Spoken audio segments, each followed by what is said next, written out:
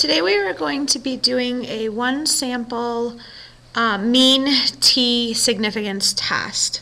To start us out, I'm going to have you guys enter some data into your calculator. So if you want to get into your lists, pause the video until everyone's ready. I'll read you these numbers. You're going to enter in L1. 94.25, 38.94, 79.15, 56.78, 70.07, 115.59, 77.56, 37.01, 55, 76.05, 27.29, 52.48, and that is it. So you should have 12 observations. Now, if I'm ever entering data into my calculator, I know I'm doing a mean problem. You'll never enter proportions into a list, so this has to be a mean. Another key, without having read much about this problem, is, do you see that word average? If you're using the word average, that means that you are on a mean problem. So that's going to set the tone for everything we do, very similar to what we did with confidence intervals. Now, so the question here is, cell phone bills in 2004 averaged $50.64. A market researcher believes that it has changed. And then here's the question that really leads you to know, like, I'm actually doing a significance test. And that is, is there sufficient evidence to conclude that the bills are different today? So they're asking for evidence. You're supplying your evidence by doing a significance test. So we're going to start this off with our good old ho and ha, HO and HA. Now, since I've determined this as a mean, because it's obvious whenever you enter data into your calculator, I am going to have mu is equal to, now this is the assumption, is, all we know is back in 2004, here's what happened. So the only thing we have to go off of is that. So we're going to just assume that nothing has changed. That's kind of your starting point. Now the alternative, and this is going to be weird, normally what I do is I look at your sample. If your sample is larger than 50.64, we would most likely be doing a greater than. If your sample is smaller than 50.64, you would put a less than there. But in this problem, they are specifically asking not that it's greater, not that it's less than, but is it different today? So you keep the 50.64, keep everything the same. This is what's going to change. HO is always an equal. HA is going to be a greater than, a less than, or a not equal to. And in this situation, it's going to be different than today. So you are then going to define your population parameter. In this case, that's your Greek letter mu. Mu is the true population mean monthly cell phone bill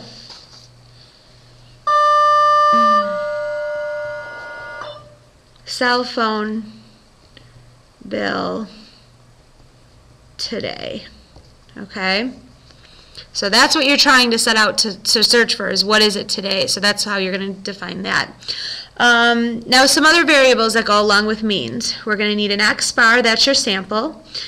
Whenever you're doing a mean, you'll need a standard deviation. If you're on, we're going to need our sample size.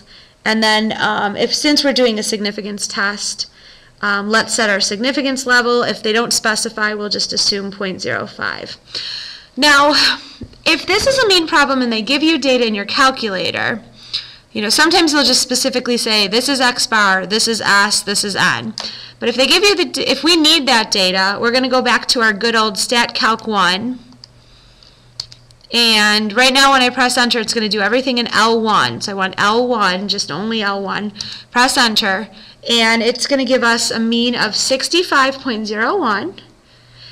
And remember, always choose the S when you have a choice. Choose the S, so 25.46. Okay, so I'm going to take those numbers from the calculator. 65 25.01 and 25.46. And our sample size was 12 cell phone bills. Okay. Now, defining your, again, we do not have to go off and say, you know, this is the sample mean cell phone bill. This is the sample standard deviation cell phone bill. And as you don't have to define these variables, but at the very least, I would write them down so you know what you're doing. Now, when I look at this sample and I look at what your null hypothesis is, you know, because this is greater, if they didn't, you know, you would assume like, oh, okay, I'm going to check if it's greater. But this is a unique situation where they want you to do they wanted you to check both sides. Did the cell phone bills go up or did they go down? You know, if technology is getting better, maybe that it'll be cheaper to have a cell phone plan. If there's a lot more that your cell phone is doing and they can charge you more, maybe it has gone up versus what it was back in 2004. So HA, define the true population parameter in words. Now we write our title. So this is conditions for A, and it's a one sample mean t-test, and if we were on a t-distribution, and the reason I'm using a t-distribution as a reminder is that sigma is unknown. So you don't have to write this down, but I'm just going to you know, sigma is unknown. If you don't know the true population standard deviation, then that means that you're doing a t-distribution. That's what you're using. Okay, so you don't have to write this down, but that's why we're doing a t-distribution. And if you're doing a t-distribution, just like you did with confidence intervals, we need to worry about our degrees of freedom. So with n minus 1 equals 11 degrees of freedom. Okay, so just like if you're on a mean, and most of the time you won't know sigma, so its means are almost always t-distributions. If they're not, they're normal if you knew what sigma was, but it's very unlikely you would know that. So, number 1, is it a simple random sample from the population of, and tell me what the population is, cell phone bills.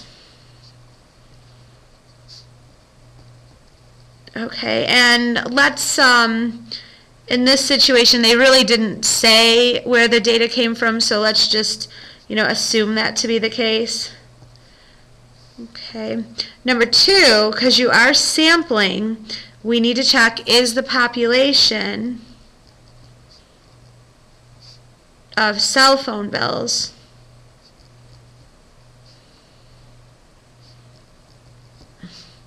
greater than 10 times n, which is 10 times 12.